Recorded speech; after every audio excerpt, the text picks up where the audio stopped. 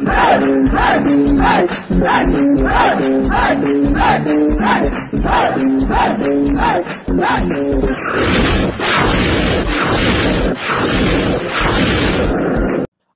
இனிய காலை வணக்கம். நான் உங்கள் சமூக பற்றாளன் ஞான சித்தன். Abdul Kalam A to Z free coaching centre வாயிலாக தினம் ஒரு சுவாரஸ்யமான செய்தியை நான் வழங்கி வரேன்.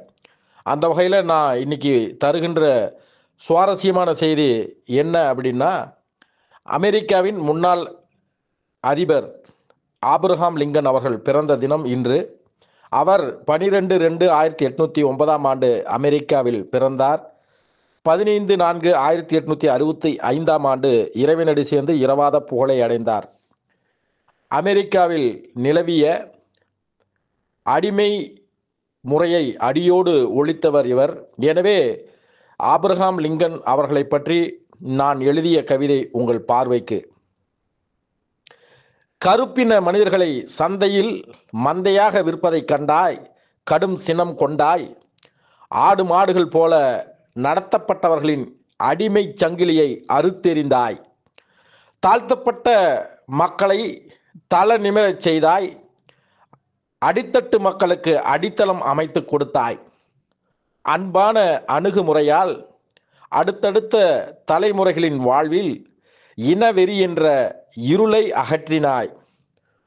ஒரே ஒரு முறைதான் ஆட்சி செய்தாய். அன்று நீ கண்ட கனவு இன்று நனவானது. அமெரிக்க ஜனாதிபதியாக அடிமை வம்சத்திலிருந்து அரசனாகிவிட்டார் பாரக் ஒபாமா அவர்கள். வாழ்க உமது புகழ். ஆபிரகாம் லிங்கன் அவர்கள் கூறிய பொன்மொழிகள் பின்வருமாறு.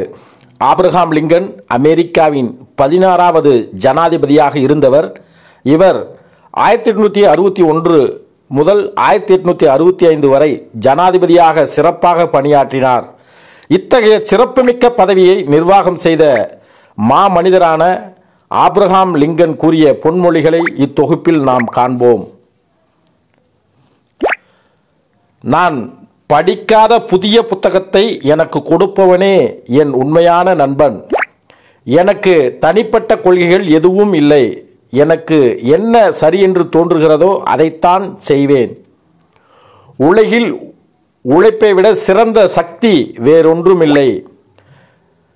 நமக்கு வாய்ப்பு கிடைக்கும் வரை நாம் பொறுமையாக காத்திருக்க வேண்டும். எல்லோரையும் நம்புவது ஆபத்து நிறைந்தது.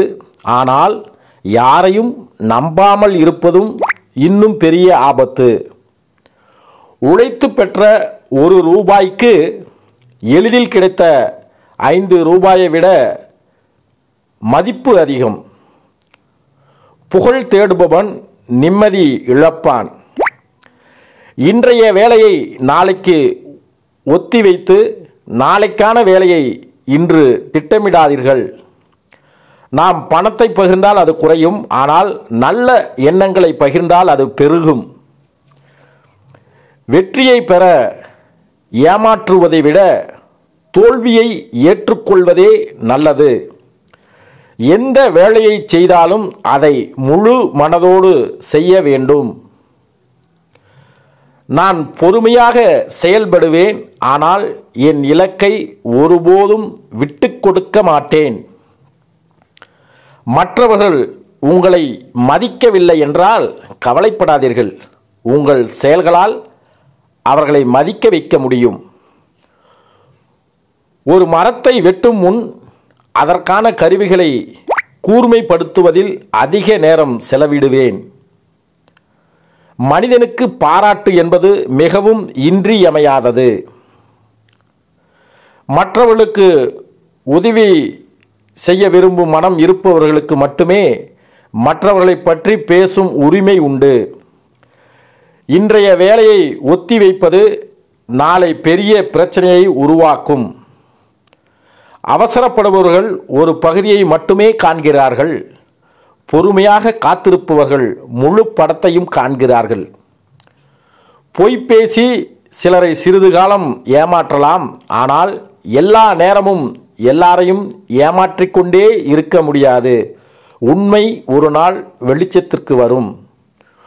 ஊக்கம் மற்றும் தன்னடக்கம் இருந்தால் மனிதன் எதையும் சாதிக்க முடியும்.